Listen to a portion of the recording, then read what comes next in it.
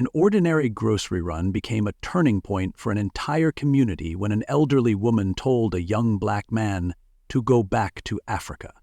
And what he said next didn't just silence the store, it shook the soul of everyone in it.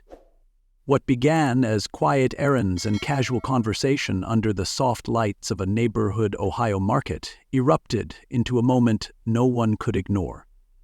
His response wasn't loud, it was precise, generational, grounded in truth, and it forced every witness to question what they really stood for. This isn't just a story about confrontation, it's about the power of restraint, the weight of history, and the ripple effect one calm voice can have when it chooses not to walk away. Stay with this moment. Because what happened after that insult, it didn't just change her, it changed everyone. But first, leave a comment below to let us know where you are watching from, and if you like fascinating stories like this, don't forget to hit that subscribe button, because tomorrow we have another incredible story, and there are many surprises waiting for you in the next parts. It started like any other afternoon, the store buzzing with idle chatter, carts squeaking down narrow aisles, and the soft mist over the lettuce like clockwork. Daryl, tall and easygoing, moved with quiet intention, hoodie unzipped, headphones off, basket in one hand, texting his mom with the other. He was picking up oranges. That's it. Just oranges. 10 feet away, an elderly woman adjusted her glasses, her cardigan sleeves slightly rolled up as she bagged her apples with slow, careful hands. She looked like every sweet grandmother you've ever known, until she opened her mouth and cracked the piece in half. "You people don't belong here," she said, her voice dry but firm, aimed not just at him, but at the space he dared to occupy. Daryl paused, mid-sex. A few heads turned. A woman near the milk section gasped. Nobody moved. Then came the words that made even the avocados feel awkward. "Why don't you go back to Africa?" She said it louder, clearer, like she wanted it to land, and it did, like a hammer dropped in church. Daryl didn't blink. He didn't flinch. He didn't fire back. The silence around him did that for him. It roared in place of rage, the kind of silence that thickens the air, weighs on the chest, and makes time itself slow down. People stared at him, at her, then at the floor. And in that suspended second where a lesser man might have snapped, Daryl did something none of them expected. He breathed. One long, measured breath. Then another, as if loading something deeper than anger. He looked up not at her but at everyone, and for the first time the real question wasn't what did she say, but what are we about to witness? His eyes swept the crowd, steady and calm. His basket hit the floor with a quiet thud, not dramatic, just intentional. Then he spoke, not loud, not shaking, just sharp enough to cut the silence into ribbons. "Do you even hear what you just said?" His voice didn't rise, but it rose above every heartbeat in that store. The woman huffed. "I said what I said," she snapped. "This is my country.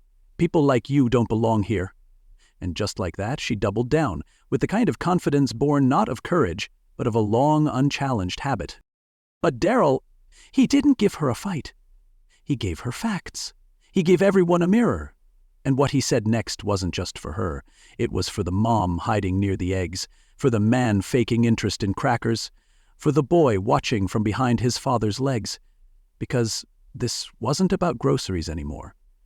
This was about what people choose to carry, and what they finally choose to lay down. And in that moment, under flickering fluorescent lights, Daryl didn't just defend himself, he started something no one in that store could ignore. Daryl didn't raise his voice. He raised the temperature of the room with nothing but composure. "Do you even hear what you just said?" he asked, again, but slower this time, letting each word breathe. His tone wasn't combative. It was reflective, surgical, like he was inviting her to examine her own sentence under a microscope. The tension didn't break. It deepened, thick, like fog rolling in on a clear day. You could almost hear the fluorescent lights buzzing, straining under the weight of what wasn't being said. That's when something shifted, not in him, but in them. A man near the deli counter set his phone face down. A woman pretending to browse toothpaste suddenly couldn't remember what she came in for. Everyone could feel it. This wasn't a scene. This was a moment, and moments demand witnesses. But the woman didn't back down. She clutched her apples tighter, like they might protect her from the truth she just tossed into the air. "This is my country," she snapped. "People like you don't belong here." She said it louder, with more bite, like she'd grown braver from the sound of her own echo. That was her mistake. She thought repetition made it righteous. She thought the quiet around her meant approval. But what echoed back wasn't affirmation. It was anticipation. The air changed again. It didn't vibrate with violence, it vibrated with something sharper, clarity. Darryl didn't move, but everyone else did. Sly glances, silent pivots, like they were slowly realizing which side of the room they were on. Some flinched, others froze. One man nervously grabbed a bag of rice he clearly didn't want. A teenage boy with headphones slowly pulled them down, unsure if this was still real life or a scene from a movie. No one spoke. But everyone listened, and in that silence, Darryl knelt. Not in submission, but in purpose. He placed his basket on the ground with the kind of care you give to something sacred. Then he stood, taller than before, as if by laying down his groceries he picked up something heavier. History. "Sometimes," he said, his voice low and steady, "to lift the truth, you have to put your load down." The metaphor hit like gospel. The woman blinked. The crowd leaned in. Nobody was pretending to shop anymore. "Let me tell you where I'm really from," Darryl said. And with that, the grocery store became a stage, and every ear became a seat. "My great-great-grandfather was born in Mississippi. He was a sharecropper. Before that, a slave. Before that, stolen." The woman shifted, suddenly uncertain whether her cardigan still protected her. "He worked land he didn't own, built houses he couldn't live in, planted seeds he couldn't eat. He built this land with hands that never signed a deed, never got a vote, never saw a thank you." The crowd didn't blink. A young girl near the checkout whispered, "Oh my God," and clutched her mother's arm. This wasn't just a response, this was a reckoning. Darryl didn't yell. He educated. With each sentence he built something, a platform, a path, a perspective. "My family didn't come here for opportunity. They came here in chains, and still, they stayed. They worked, they served, they prayed for a country that kept praying they'd go away." The crowd was no longer silent because they were uncomfortable. They were silent because they were learning. "My grandfather fought in World War II for a flag that barely flew for him. Came back to signs that said whites only and streets that told him to walk the long way home. And still, he stayed. Because he believed this country could get better. He believed in people. People like you. People who maybe never heard the whole story." Darryl's voice cracked. Just slightly, just enough. "So when you tell me I don't belong," he said, "what you're really saying is you don't understand how much was paid for this moment. For me to stand here, calm, civil, human. If your heart's beating a little faster right now, don't just nod silently. This isn't just Darryl's moment, it's yours too. The next time someone spits ignorance like it's their birthright, will you stay silent? Or will you stand steady like he did? Share this story. Let it plant something in someone who needs to hear it. Tap, like, not for the algorithm, but for the mirror this moment just held up. Because every grocery store, every classroom, every sidewalk has a moment like this waiting to happen. And what you do in it might be the reason someone chooses to stay standing. "My grandfather wore a uniform that won wars, but it couldn't win him a seat at the diner." Darryl's voice cut through the aisle like a slow knife, quiet, deliberate, and sharp enough to make people shift where they stood. "He was one of the Tuskegee Airmen. You ever heard of them?" he asked, not to the woman, but to the ceiling. the shelves, the universe that had so often forgotten black names in white textbooks. He flew missions overseas, risked his life with every takeoff, but when he came home, he couldn't use the same bathroom as the people he'd defended. He got a medal, but he couldn't get a meal. That truth didn't explode. It sank. And suddenly every canned good and shopping list felt irrelevant. The woman clutched her cart tighter, but she wasn't pushing it forward anymore. She was holding on. "My mother's a teacher," Darryl continued, his tone still calm but growing roots. "She's been at the same school for 32 years, and she's taught everybody's kids. White, black, rich, poor, didn't matter. You walk into her classroom, you got a chance. And my dad? He fixes cars, the kind of man who'll pull over on the side of the road for anyone, even you. He wouldn't ask who you voted for. He'd ask what you need, because he was raised to serve, not to sort." A woman in yoga pants near the freezer section wiped a tear from her cheek, pretending to check the price of frozen peas. The older man by the deli stepped away from his cart, as if trying to remember something long buried. Darryl wasn't just telling his story, he was holding up a mirror, and every listener had to decide whether they liked their reflection. "See, you look at me and see a hoodie," he said, pausing just long enough to let the silence nod back. "But my hoodie holds more history than your flag pin." A soft gasp escaped from somewhere in the back. "This fabric, it's wrapped around centuries. It carries the weight of fields plowed, bridges built, wars fought, and wounds never acknowledged. And I wear it because I come from people who didn't fold, people who didn't run, people who stayed even when the country made them feel like strangers in their own home." His voice didn't crack. It carved. Slowly, deeply. "You can be uncomfortable with how I look, but don't you dare be blind to what I come from." Then he looked at her. Direct, steady, personal. "You don't have to like me," he said, his tone softer now, like a teacher, not a fighter. "But you don't get to unmake me. You don't get to undo my story just because it doesn't match the one you grew up telling yourself. You think America is yours because you got here first. My family built it while yours sat at the table." That hit different. She blinked fast, her lips parted slightly, as if a rebuttal was forming but couldn't find its legs. No one moved. Even the workers near the back pretended to stock shelves just to keep listening. The store wasn't a store anymore. It was a courtroom, a classroom, a congregation. And Darryl was delivering the sermon they never knew they needed. "I'm not a visitor here," he said. "I'm not a guest in your grocery store, your country, your story. I'm a receipt for the price my family paid in blood, sweat, and silence to be seen as equals." The woman shifted again. This time it wasn't to speak, it was to survive what was being said. Because you can't argue with a man holding a mirror, and Darryl had become the mirror she never asked to look into. "My people didn't immigrate. We were imported, and still, we stayed. We studied, we succeeded, and now you want to return us like damaged goods because our presence makes you question your comfort?" He stepped back, just a half foot, enough to let the weight of his words settle. "I am not here to take your space. I'm here because we already paid for it." And then he smiled, not with smugness, but with peace. "America is not a dinner party with assigned seats. It's a potluck. We all brought something, and I hope you brought more than apples." The entire aisle exhaled. It wasn't just powerful, it was transformational. In a world so quick to label and cancel, Darryl chose to educate.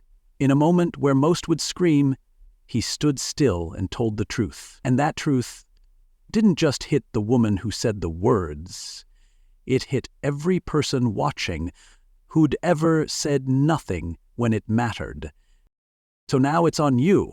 What side of the silence are you on? If this moment moved you, don't just feel it, do something with it. Share this story. Let it challenge someone. Let it comfort someone. Let it spark the conversation you've been avoiding at the dinner table or in the office break room. Because real change doesn't come from shouting, it comes from truth, delivered with clarity, lived with courage, and shared with conviction. Tap like if you've ever seen dignity change a room. Share if you believe calm isn't weakness, it's wisdom. And remember, silence may be comfortable, but it never changed anything. Speak. The first voice didn't come from where anyone expected. It wasn't a young activist or a bold teen. It came from a middle-aged white man standing near the cereal. He had a cart full of groceries and a ball cap pulled low over his forehead. Quiet until now, but something in Daryl's words cracked something open in him. He stepped forward, slow but sure, and cleared his throat. "He's right," he said. It wasn't loud, but it cut through the stillness like the first drop of rain in a drought. Heads turned. No one breathed. "We've got to be better than this," he continued, voice gaining strength. "I've said things I wish I could take back. I've heard worse and stayed quiet. But today," he looked at the woman, then back to Daryl, "today, I can't unhear what you just said. And I won't pretend it didn't matter." And then, like a tide breaking over a dam, more voices joined in. An older woman clutching a loaf of bread spoke next, her voice trembling with emotion. "My father fought in that war too," she said. "Came home in '46 and couldn't get a job because he wasn't the right kind of veteran." She looked at Daryl with tears rising in her eyes. "He used to say the only thing stronger than hate is someone who won't answer it back with more of the same." A young clerk behind the register, maybe no older than 20, chimed in without lifting her eyes from the scanner. "That was the most graceful thing I've ever seen in my life," she whispered. "I didn't know you could shut someone down without shouting." The ripple was real now. A woman in yoga pants stepped closer. A man in scrubs nodded slowly. And suddenly, Daryl wasn't standing alone. He was standing with a room full of people who had just been reminded that silence isn't strength, it's surrender. Daryl's response to them wasn't self-congratulation. He didn't bask in the attention or take a victory lap. He just stood there, basket still on the floor, voice steady. "It's not about me," he said, looking around the room. "It's about us. What kind of people we decide to be when the moment shows up and there's no one around to script it for us. You don't prepare for moments like this. They prepare you." The store wasn't a store anymore. It was a mirror, and everyone saw themselves in it, one way or another. This wasn't about applause. It was about accountability, not for her alone, but for the culture that let her think it was okay to say what she said and expect no one to answer back. The woman, now visibly shaken, clutched her cart as if it could roll her backward into yesterday. Her lips trembled. Her eyes searched the faces around her and found no nods, no agreement, no refuge. "I didn't mean," she began, but her words hung in the air like fog that couldn't decide which way to drift. Daryl turned to her again, not cruel, not cold, but clear. "It's not about what you meant," he said. "It's about what you taught us. Words carry weight, whether they're tossed in anger or slipped out in habit. They build stories, and stories shape the world. Today, your words told a story, and I had to tell mine, so the people around us wouldn't leave carrying yours as truth." She looked down, her hands trembling. For the first time in the entire encounter, she looked, small. Not because he diminished her, but because truth doesn't need to yell to make someone feel the edges of their own ignorance. Then, the clapping started, soft at first. One man, two hands, a slow, steady beat, like a heartbeat returning to a stunned room. Others joined in, not the performative kind of applause, but the kind that rises because there's nothing else to do with the feeling swelling inside you. It was hesitant, then whole. Applause rolled down the aisle like thunder in a bottle. No one cheered. They just clapped because something honest had happened in front of them, and they'd been changed by it. The woman didn't speak again. She didn't have to. The crowd had taken the mic, and for the first time, it wasn't the loudest voice that mattered. It was the truest one. Daryl reached down, lifted his basket with quiet dignity, and looked at no one in particular as he said, "Truth doesn't shout, it waits." And that was it. That was the moment. No grand gesture, no curtain call, just a man who stood tall, spoke steady, and made a store full of strangers see something they couldn't unsee. "Now it's your turn. If this moment made you feel something, Don't just scroll on. Share this story, talk about it. Let it spark the conversation your circle needs to have. Tap like if you believe restraint can be more powerful than rage. Leave a comment if you've ever had to stand alone to make others finally see. Because change doesn't always come from outrage. Sometimes it walks into the produce section, sets its basket down, and speaks the kind of truth that echoes long after the last apple's been bagged. Daryl sat across from his father at the kitchen table, the same wooden table where homework got done. Holiday pies were sliced, and hard conversations never needed invitations. The house was quiet, but not cold. A lamp hummed softly in the corner. His father, broad-shouldered and quiet as ever, didn't ask for details. He didn't need them. He'd already seen the video someone posted, already heard the whispers coming back through the neighborhood grapevine. After a long silence, he simply said, "You didn't win, son." Daryl looked up, puzzled. His father leaned forward, fingers folding with the weight of something deeper. "You watered something. That's different. Winning ends a fight. Watering starts something that might grow past you." The words landed heavier than applause. Because Daryl hadn't walked out of that store for a standing ovation, he walked out with something harder, hope planted in public. Across town, the woman sat at her own table, untouched food cooling on a ceramic plate she'd used every Sunday for the last 30 years. Her TV was on, volume low, some rerun playing just to fill space. But her mind wasn't watching. Her thoughts were louder than the laugh track. Daryl's words replayed in her head like a song she couldn't shut off. She had told herself for years that she wasn't one of those people, that her opinions were just old-fashioned, not harmful. But now the mirror wouldn't leave her alone. It showed her how quickly her assumptions had been ripped wide open. She kept hearing him say, "I am not a visitor, I'm a receipt," and suddenly she wasn't sure which story of America was truer. The one she'd been told growing up, or the one she'd been told that day, standing next to the apples. The grocery store never quite went back to normal, not fully. You could feel it in the way people moved through the aisles, a little more aware, like everyone had agreed to stop pretending neutrality was a virtue. By the registers, folks still whispered about it. That young man, the one with the hoodie, what he said, that was something else. At the local church, a few older members talked about it in between hymns and coffee. "Makes you think," one deacon said, stirring his sugar, "about what we carry with us when we walk into a room." At the barber shop, even the teenagers brought it up, not to mock, but to ask, "Do you think that kind of thing really changes people?" And someone always answered, "It did something. You're still talking about it, aren't you?" Daryl kept walking the same streets, stopping at the same gas stations, ordering his same black coffee, no sugar, no cream. But now, people looked twice. Not in fear, in familiarity. They remembered the way he didn't yell, the way he spoke like every word was a brick laid carefully, not thrown. He didn't carry a mic, but his silence had echoes. Sometimes, people would approach him in line just to say, "Thank you for what you said," or "My daughter told me about what happened, we talked about it at dinner." That was the shift.